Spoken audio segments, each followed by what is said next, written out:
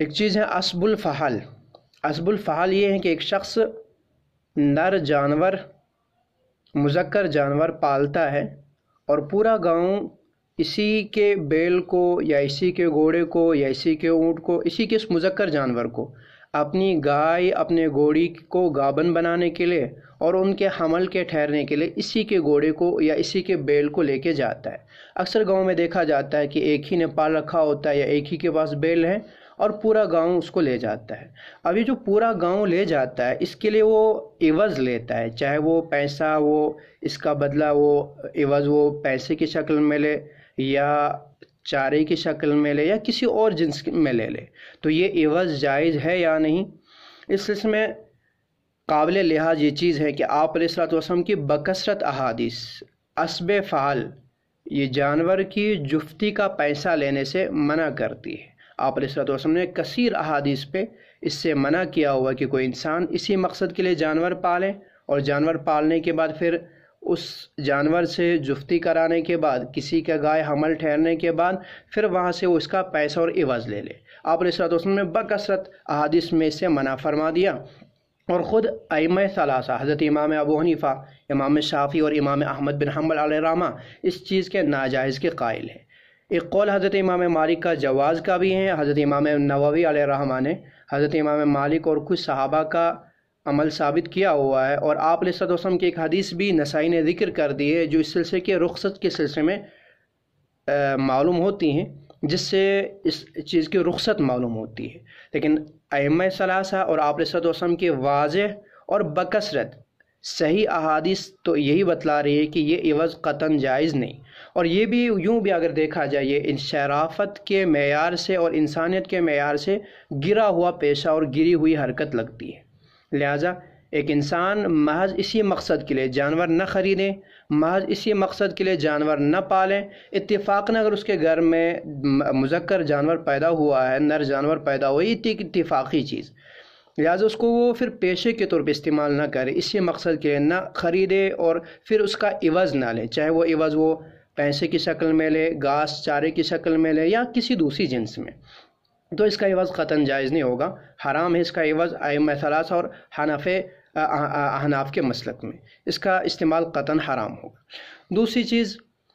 اگر پورا گاؤں خرید رہا ہے ایسا کوئی بیل، ایسا کوئی نر جانور، پورا گاؤں مل کر کے مشترکہ مال سے خرید رہا ہے، تو ان کے لیے اس کی گنجائش ہوگی کہ وہ اگر اس کا استعمال کرنے کے بعد جو شخص جس دن استعمال کرے وہی اس کا چارہ دے دے، تو اس کی گنجائش ہے۔ لیکن اگر کسی ایک کا جانور ہے اور جانور خریدنے والے کا یا جس کا جانور ہے، اب جو اس کو اپنی گائے کے لیے استعمال کے لیے لے رہا ہے، تو اس دن اگر وہ اس کا چارہ اس پہ لازم کر رہا ہے،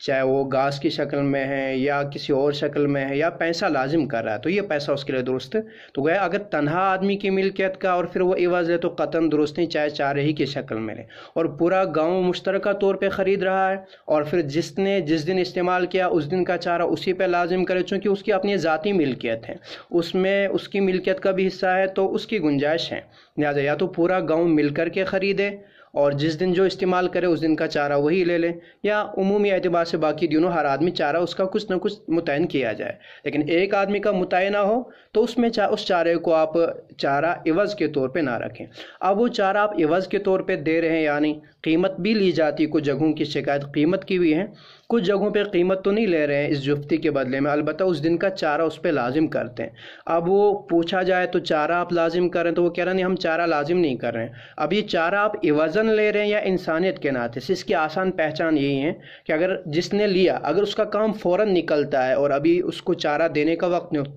ان کے لیے بھی خاص وقت ہے جس میں آپ ان کو چارہ دیا کرتے ہیں، ابھی وہ وقت ہوا نہیں اور آپ کا کام پہلے ہی نکل گیا اور آپ لا کر کے جانور حوالے کر رہے ہیں، اگر اس طرح حوالے کرنے پر مالک جانور کو کوئی ناگواری نہیں گزرتی، وہ آپ پر جبر نہیں کرتا کہ آج دن کا آپ چارہ دے دیں، تو سمجھ جائیے تو پھر آپ انسانیت کے ناطے سے وہ چارہ دے رہے ہیں۔ لیکن اگر وہ آپ کو لازم کر رہا ہے، آپ لے کے آئے جانور، آپ نے چارہ نہیں دیا، یا وہ پہلے سے طے کر رہا ہے کہ اس دن آپ کو اتنا چارہ، اتنا گھاس یا اتنی فیڈ وغیرہ دینی پڑے گی، تو یہ سمجھا جائے پھر یہ عوضاً ہے۔ گویا شرط کے طور پہ اگر آپ چارہ لگا رہے ہیں تو پھر تو وہ عوض مانا جائے گا، اس کی آپ کو قطعاً گنجائش نہیں، وہ آپ کے معیار اور انسانیت اور تہذیب کے معیار سے گری ہوئی چیز ہے۔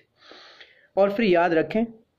انسان کا ذریعہ معاشی واحد وہ چیز ہے جو انسان کے اخلاق اور انسان سے سرزد ہونے والے اچھے اور برے اعمال اور انسان کی نسل پہ کافی زیادہ اثر رکھتا ہے۔ انسان کا جو ذریعہ معاش ہوگا، اگر وہ جتنا زیادہ حلال ہوگا، اس کے اخلاق اور اس کی نسل کے اندر نیکی اور اسی طرح اس کے اعمال کے اندر یا اس کو نیکیوں کی توفیق اتنی زیادہ ملے گی۔ ظاہراً جو ذریعہ معاش اچھا استعمال کرے، ظاہراً لگتا ہے اس کا پیسہ کم یا حلال کمائی میں پیسہ ظاہراً کم لگ رہا ہے، لیکن حقیقت میں وہ پیسہ بہت ہے۔ اس کی وجہ ہے کہ اگرچہ اس کے پاس بینک بیلنس کم لگ رہا ہے، لیکن اس کے اخراجات بھی اسی درجہ کم ہوتے ہیں۔ قرآن کریم کا صاف اعلان ہے، لا یکلف اللہ نفسا الا وسعها، کہ رب انسان کی وسعت اور اس کے طاقت کے بقدر ہی اسے مکلف اور اخراجات اس پر ڈال دیتے ہیں۔ لہٰذا آپ جتنی اپنے اندر اخراجات کو برداشت کرنے کی کیپیسٹی پیدا کریں گے، چاہے وہ حرام طریقے سے ہو، تو آپ کے اخراجات بھی اتنے بڑھتے جائیں گے۔ وہ پیسہ آپ کو پھر بیماری میں، مقدمات میں، فلاں جگہ استعمال ہو جاتا ہے، وہاں چلا جاتا ہے۔